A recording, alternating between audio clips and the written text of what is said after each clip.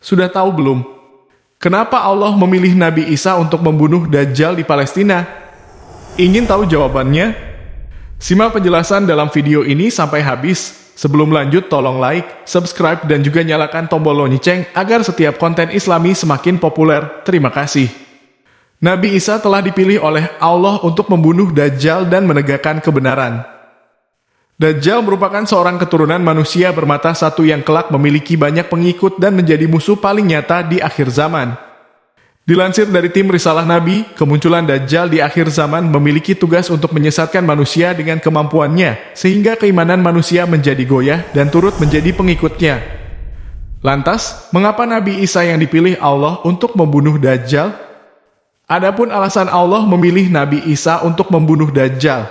Mengutip dari buku Kiamat dan Akhirat, karangan oleh S. Royani Marhan, disebutkan dalam kitab tersebut Allah memilihnya karena sebagai bukti bahwa Nabi Isa masih hidup. Sebagaimana firman Allah dalam Al-Quran, artinya, tidak ada seorang pun dari ahli kitab, kecuali akan beriman kepadanya Isa sebelum kematiannya. Dan di hari kiamat nanti Isa itu akan menjadi saksi terhadap mereka. Al-Quran Surah An-Nisa ayat 159. Selain itu, turunnya Nabi Isa menjelang hari kiamat juga disebutkan dalam hadis Abu Syuraihah Husaifah, yakni bahwa Rasulullah bersabda, kiamat tidak akan terjadi sebelum kalian melihat 10 tanda-tandanya. Pertama, terbitnya matahari dari barat. Kedua, munculnya asap, atau ad-dukhan. Ketiga, binatang melata. Keempat, munculnya Yakjuj dan Makjuj. Kelima, keluarnya Dajjal. Keenam, munculnya Isa bin Maryam. Ketujuh, 3 gerhana di barat. Kedelapan, gerhana di timur.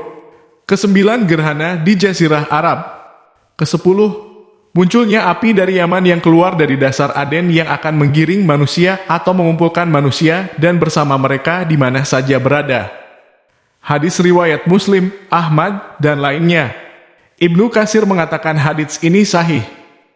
Turunnya Nabi Isa ke bumi dan membunuh Dajjal. Dalam buku Kemunculan Dajjal dan Imam Mahdi Semakin Dekat karya Ustadz Khalilur Rahman El-Mahfani, Ibnu Taimiyah dalam kitab Majmu', fatwanya menyebutkan bahwa Isa akan diturunkan ke bumi di Menara Putih di sebelah timur Damaskus, yaitu Suryaj sekarang.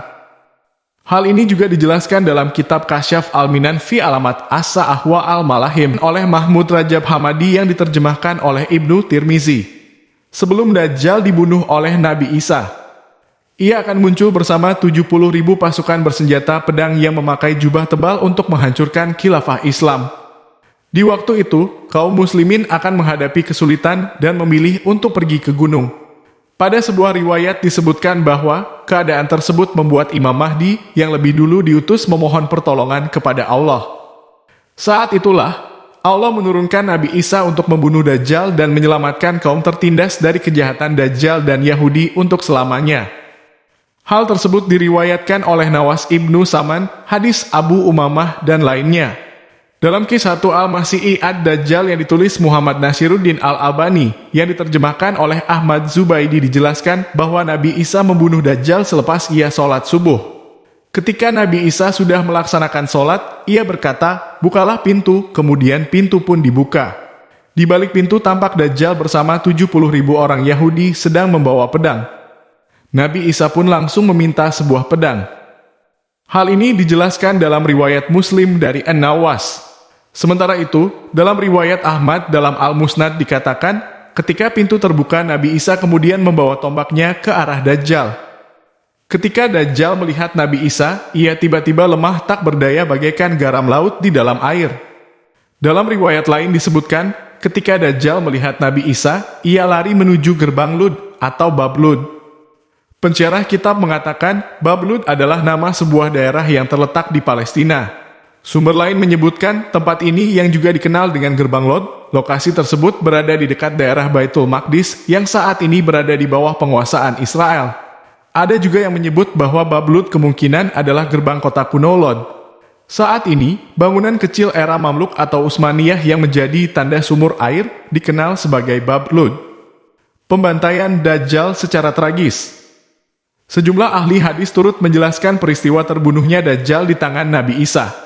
Salah satunya Imam Ibnu Katsir dalam kitabnya yang berjudul An-Nihayah fi Al-Fitan wa Al-Malahim.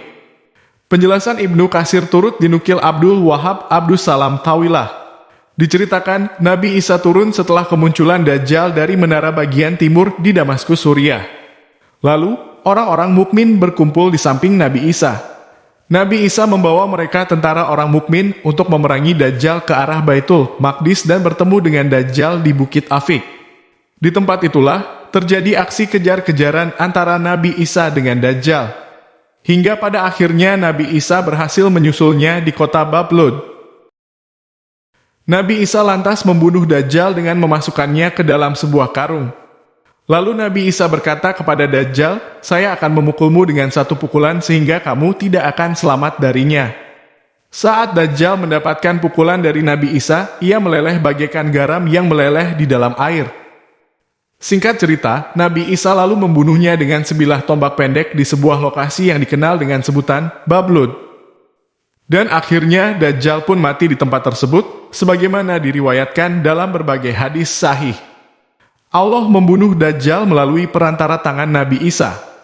Itulah penjelasan mengapa Nabi Isa dipilih Allah untuk membunuh Dajjal di akhir zaman kelak. Perlu kita ketahui, alasan lain dari Nabi Isa diturunkan ke bumi pada akhir zaman karena sebagai bentuk pembuktian kepada orang-orang kafir bahwa Nabi Isa masih hidup. Selain itu, dengan turunnya Nabi Isa akan menambah bukti akan kebenaran Al-Quran. Pada surah An-Nisa ayat 157 hingga 158 yang artinya, "Dan karena ucapan mereka, sesungguhnya kami telah membunuh Al-Masih, Isa putra Maryam, Rasul Allah. Padahal mereka tidak membunuhnya dan tidak pula menyalibnya. Tetapi yang mereka bunuh ialah orang yang diserupakan dengan Isa bagi mereka. Sesungguhnya orang-orang yang berselisih paham tentang pembunuhan Isa benar-benar dalam keraguan-raguan tentang yang dibunuh itu. Mereka tidak mempunyai keyakinan tentang siapa yang dibunuh itu, kecuali mengikuti persangkaan belaka. Mereka tidak pula yakin bahwa yang mereka bunuh itu adalah Isa. Tetapi yang sebenarnya, Allah telah mengangkat Isa kepadanya. Dan adalah Allah Maha Perkasa lagi Maha Bijaksana." Semoga dengan penjelasan singkat ini dapat memperkuat keimanan kita semua kepada Allah dan Rasul-Nya. Share video ini ke seluruh media sosial, karena ini juga bagian yang paling sederhana dalam berdakwah, sampaikan walau hanya satu ayat.